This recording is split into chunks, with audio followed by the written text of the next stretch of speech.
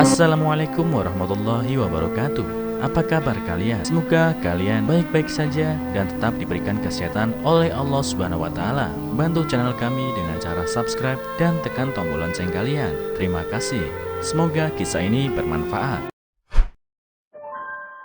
Bikin nangis. Sedang hamil 3 bulan aku dicerai suami karena mertua. 3 tahun kemudian aku mertuaku. Begitu sedih kisah ini. Ketika hamil 3 bulan wanita ini diceraikan suaminya. Alasannya pun bikin lirih karena perbuatan mertua. Dikutip dari The Reporter, cerita nyata ini terjadi di Malaysia. Begini ceritanya. Saya ingin membagikan cerita tentang mak mertua saya. Sebelum ini saya berstatus janda anak 2. Dulu saya bercerai dan kebanyakan penyebabnya dari mertua. Mantan suami saya anak bungsu. Dari cerita zaman dia bujang memang dia cukup perhatian kepada maknya. Apa yang dia inginkan, kalau bapak tak memberi, mak suami saya akan usahakan memenuhi keinginan suami saya. Saat itu awal pernikahan kami. Mak suami saya jatuh sakit yang membuatnya tak bisa bergerak. Karena itu suami saya minta saya berhenti kerja dan fokus menjaga ibunya. Awalnya saya menolak karena saya memikirkan masa depan dan utang bank. Tapi dari waktu ke waktu akhirnya saya hanya bisa mengalah. Sebab sebagai menantu saya harus juga menyayangi keluarga suami saya, keluarga itu. Saya merawat mak mertua saya dari awal dia tidak bisa bergerak karena sakitnya hingga dapat sembuh. Singkat cerita, ketika ibu suami saya sembuh, dia seolah-olah melupakan jasa saya. Dia banyak menyanjung menantu yang lain karena menantu itu selalu memberikan tas tangan, ajak berjalan, pergi karaoke. Saya awalnya tak sedih, tapi lama-lama hati saya juga sakit karena hal itu. Apalagi saya memang tidak bisa memberikan apa-apa karena saya tak kerja lagi dan suami memberikan tanggung jawab merawat orang tuanya. Banyak lagi hal yang membuat mertua saya menghardik dan membandingkan dengan menantu lain, tapi itu semua saya pendam sendiri. Apalagi saat itu belum ada teknologi pesan seperti saat ini. Satu hari itu saya pergi ke kampung mertua. Walau saya melewati kamar mertua, saya mendengar percakapan mertua saya dengan anaknya. Memang tak begitu jelas, tapi yang saya dengar dia kembali menghardik saya. Ada tuh tengok-tengok TV, bla bla bla. Dah tahu utang banyak, tak mau kerja, malas sekali. Bahkan tak pernah belikan mak apa-apa, ucap mak mertua saya. Dari situlah sifat dendam saya membuncah. Dari awalnya saya tak pernah benci atau marah. Sejak saat itu pikiran saya terganggu. Saya bertekad kembali bekerja. Saya bicarakan ke suami yang sayangnya tak memberi izin untuk itu. Saya tak ingin dianggap benalu dan sejak saat itu saya sering bertengkar dengan suami bahkan untuk hal kecil. Makin lama mungkin suami sudah tidak tahan dengan sikap saya. Dia memarahi saya dengan kata-kata kasar karena saya ingin bekerja.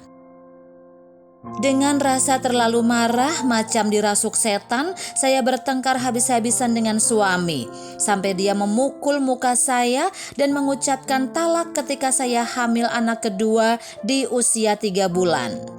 Sejak itu saya hidup menjanda selama 3 tahun. Keinginan untuk kembali bersuami ada, tapi saya sedikit trauma. Tapi sayang, rata-rata pria yang saya kenal semuanya masih memiliki ibu yang membuat saya takut. Rasa fobia yang masih menebal, saya sanggup putus hubungan meskipun saya sudah suka dengan pria itu. Tak putus-putus saya berdoa agar mendapatkan jodoh yang saya inginkan. 3 tahun kemudian, berjalannya waktu, saya mengenal suami baru saya dan saya tahu dia masih ada ibu. Tapi tak tahulah, insting saya kuat untuk mengenal dan lebih jauh melangkah dengan suami sekarang. Singkat cerita kami menikah dan suami memisahkan saya dengan mak dia sebab dia ingin fobia saya tidak muncul kembali. Hampir setahun suami tidak membawa saya pulang ke rumahnya dan mertua kami pun tak mengunjungi kami. Akhirnya saya sendiri ajak mertua datang ke rumah kami yang kebetulan di dekat rumah kami ada rumah keluarga suami saya. Seminggu mertua berada di rumah kami, mungkin dia tak nyaman dengan pelayanan saya karena jujur saya masih trauma. Tapi anehnya mak mertua mulai cerita kisah lama dia dan bagaimana dia juga pernah dibenci oleh mak mertua. Cerita dia lebih kurang sama dengan saya, bedanya dia tidak sampai bercerai. Jadi dari situlah saya mulai nyaman dengan ibu suami saya yang sekarang. Rupanya mak mertua saya dah tahu sedikit cerita saya, sebab itu dia tidak membesarkan pelayanan saya yang kurang kepadanya. Malam itu kami sama-sama berlinangan air mata mengenang kisah lama dan dosa saya pada dia. Dia cuma pesan pada saya, bila tua nanti dan ada menantu, jangan buat menantu sakit hati. Sebab nanti kita pun akan terasa sakit hati dengan sikap menantu. Jangankan kata menantu, anak kita sendiri pun bisa menyakiti kita kan? Lagi pula anak sendiri ada suaranya keras dengan kita. Kalau udah mulai sakit hati dengan menantu, cepat-cepat jauhkan jarak sehingga yang busuk itu tak menjadi lebih busuk. Mak cukup takut membuat menantu sakit, sebab mak pernah merasakan, ujar mertua saya yang membuat saya menangis terenyuh. Sejak dari itulah saya dengan mak mertua makin akrab. Alhamdulillah.